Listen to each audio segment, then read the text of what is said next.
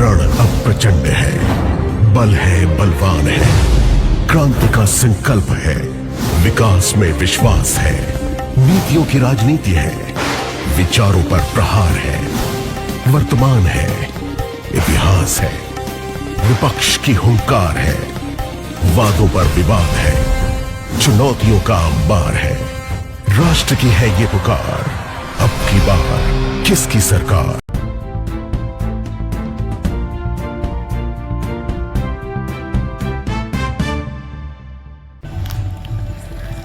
नमस्कार दर्शक मित्रों, आप देख रहे हैं भारत न्यूज। आज उधना पुलिस ने अलग अलग टीमें बनाकर उधना थाना क्षेत्र की अलग अलग सोसाइटियों में जाकर पब्लिक एड्रेस सिस्टम के माध्यम से हथियार घातक उपकरण नहीं रखने और यदि कोई हो तो जमा कराने के निर्देश की अपील की।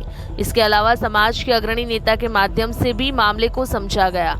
इसके अलावा निवासियों की स्थानीय भाषा जैसे मराठी, पंजाबी, हिंदी आदि में भी घोषणाएं की गई है। पुलिस की अपील सुनकर लोग आगे आए हैं और अपने हथियार जमा कर दिए हैं। भारत न्यूज के लिए सूरत से अशोक दास की रिपोर्ट। तलवार, रेंबो चाकू, खंजर, लाकडाचा फटका ठेवण्यात आले असेल तर तुमच्या मर्जीने ते हत्यार इथे जमा करून द्यावे का तर पोलीस स्टेशन मध्ये येऊन जमा करावे। आणि जरी बॉम्बिंग चेकिंग दरम्यान कोणत्याही व्यक्तीजवळ असे जीवलेण हत्यार आढळले तर त्याविरुद्ध कायदेशीर कार्यवाही करण्यात येईल। आणि ही सूचना तुमच्या सुरक्षिततेसाठी आणि नागरिकांच्या शांतीसाठी करण्यात आली आहे।